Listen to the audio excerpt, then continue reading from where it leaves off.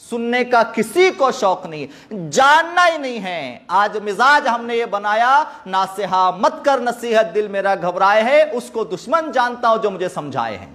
نہیں سمجھنا ہم کو، سوئے ہے غفلت کی نیند، سوئے رہنا ہے ہم کو نہیں سمجھنا ہے۔ اللہ اکبر۔ ایک جملہ اور ایمانیات کی بات چل رہی ہے نا، تو ایک جملہ سمجھتے چلے، ایک ایمانیات کی چیز سمجھتے چلے، ایمان کو سمجھ رہے تو یہ جملہ کہنا کہ آخرت میں جو ہوگا دیکھا جائے گا، آج ہم کیوں فکر کریں، یہ کہنا جملہ، کیونکہ ایمان کو سمجھ رہے تو ایمانیات کے تعلق سے یہ جملے کو سمجھیں۔ کوئی یہ کہے، کوئی یہ جانے، یا کوئی یہ مانے، یا کوئی یہ کہیں کہ آخرت کس نے دیکھی ہے، جو ہوگا دیکھا جائے گا، مجھے کوئی فرق نہیں پڑتا، جو ایسا جملہ کہے وہ ایمان سے خارج ہے۔ جو ایسا جملہ کہے اسے بے فکری کہتے ہیں۔ یاد رہے، تاجدار مدینہ صلی اللہ علیہ وسلم کی یہ تعلیم نہیں ہے۔ تو پلے صراط بال سے زیادہ باریک، تلوار کی دھار سے زیادہ تیز، یہ دو چیزیں جس کو ہم امیجن نہیں کر سکتے، جس کو ہم سوچ نہیں سکتے، جس ہماری عقل جس کو جو قبول نہیں کر سکتی، اور مصیبت بالائے مصیبت یہ کہ اس بال سے زیادہ باریک، تلوار کی دھار سے زیادہ پل پر چلنا ہے گھپ اندھیرے میں،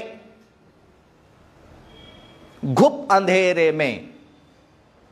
کبھی یوں کرے کہ گھپ اندھیرے میں کسی راستے پر چلنے کا تھوڑا سا پریاس کر لے، تھوڑا سا پریکٹس کر لیں، سمجھ میں تو آئے گا، ہم اندازہ تو کریں گے۔ تھوڑا ہمارا دل جو پتھر سے زیادہ کوئی سخت ہے، اتنا سخت جو ہمارا دل ہو چکا ہے آخرت کے تعلق سے آج، تو کچھ تو نرمی آئے گی، کچھ تو اندازہ تو آئے گا، کچھ سبق تو سیکھیں گے۔ تو کبھی اندھیرے میں چلنے کا ایسا پریاس کر کے دیکھیں، اندھیرے میں چلنے کی کوشش کر کے دیکھیں، اور پھر جب مشکلات آئے نا تو پھر آنکھوں سے ایک آدھ قطرہ آنسو بہا کر پل صراط کو یاد کر لیں۔ حالانکہ چونکہ پل صراط سے گزرنا سب کو ہے، اور آپ جانتے ہیں وہ پل صراط 2-4 قدم کی راہ نہیں ہے، 8-10 قدم کی راہ نہیں ہے، 2-4-8-10 میٹر یا کلومیٹر کی بھی راہ نہیں ہے۔ حدیث میں ہے پل صراط 500 برس کی راہ ہے۔ 500 برس، حدیث میں جہاں بھی 500 برس کا لفظ آیا ہے، وہ تیز رفتار گھوڑا جب ایک جگہ سے چلنا شروع کرے 500 سال تک دوڑتا دوڑتا دوڑتا رہے، 500 سال کے بعد جہاں پہنچے گا، جتنی دوری طے کرے گا، یہ 500 سال کی مسافت ہوگی۔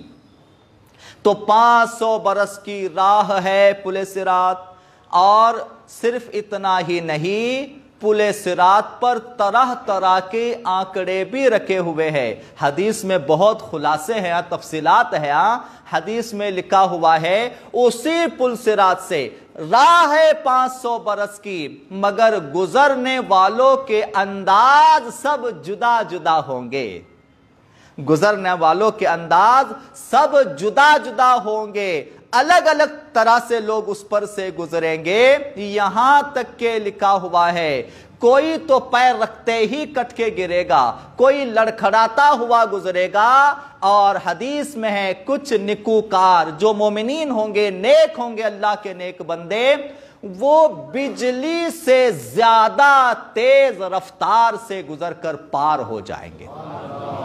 جو نیکوکار مومنین ہوں گے بجلی سے زیادہ تیز رفتار سے گزر کر پار ہو جائیں گے، کچھ پلک جھپکتے پار ہو جائیں گے، اور یہ بھی لکھا ہوا ہے کچھ لڑکھڑاتے ہوئے بھی گزریں گے، اور یہ بھی لکھا ہے کہ کچھ آنکڑے بھی لگے ہیں۔ حدیث ہے، حضور کے ارشاد ہے، اے مومنو اسے ہلکا نہ لینا، نبی آخر الزمان نے فرمایا ہے کہ پولیس رات پر کچھ آنکڑے بھی ہوں گے جو آنکڑے کھینچ کھینچ کر جہنم میں دھکیل رہے ہوں گے، اور اپنے اپنے اعمال کے حساب سے، اپنے اپنے ایمان اور اپنے اپنے نیکیوں اور بدیوں کے حساب سے لوگ اس پر سے گزر رہے ہوں گے۔ اور یہ بھی لکھا ہوا ہے سرکار مدینہ صلی اللہ تعالی علیہ وسلم ربی سلم، یہ لفظ آپ لوگوں نے سنا، ربی سلم ربی سلم، یہ جو لفظ ہے حضور صلی اللہ تعالی علیہ وسلم کے دعا کا لفظ ہے۔ یہ جو لفظ ہے ربی سلم، یہ حضور کی دعا کا لفظ ہے۔ جانتے ہیں یہ دعا حضور کی کب کی دعا ہے؟ جانتے ہیں یہ دعا حضور کی کس وقت کی دعا ہے؟ یہ دعا حضور صلی اللہ علیہ وسلم کی اس وقت کی، پہلے معنی سنیں، رب سلم یعنی اے اللہ سلامتی، اے اللہ سلامتی، اے اللہ سلامتی، اس کا معنی یہ۔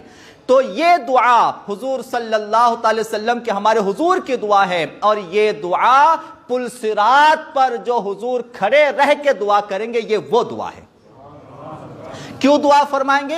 حضور وہاں پل صراط پر کھڑے ہو کر یہ دعا کرتے ہوں گے ربی سلم کہ اے اللہ میری امت کو سلامتی سے گزار دے، اے اللہ میری امت کو سلامتی سے گزار دے۔ حضور کی دعا سے حضور کی امت سلامتی سے گزر رہی ہوگی۔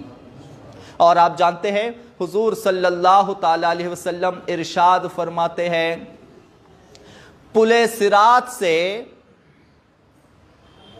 وہ مختصر میں عرض کر دیں کہ جب حضور صلی اللہ علیہ وسلم معراج میں گئے تھے اور معراج کی رات میں جب سدرہ سے آگے جانے لگے تو حضرت جبریل رک گئے۔ حضرت جبریل رکے تو حضرت جبریل سے حضور نے کہا کہ میں جا رہا ہوں اللہ کی بارگاہ میں، تم تو وہاں نہیں آ سکتے، میں جا رہا ہوں، بتا کیا تمہاری کچھ آرزو ہیں جو میں اللہ سے جا کے کہہ دوں؟ تو آپ جانتے ہیں حضرت جبریل نے کیا کہا تھا؟ جلدی میں آپ جانتے ہیں حضرت جبریل نے حضور سے کیا کہا تھا کہ آپ جا کے میرے لیے کیا مانگیے؟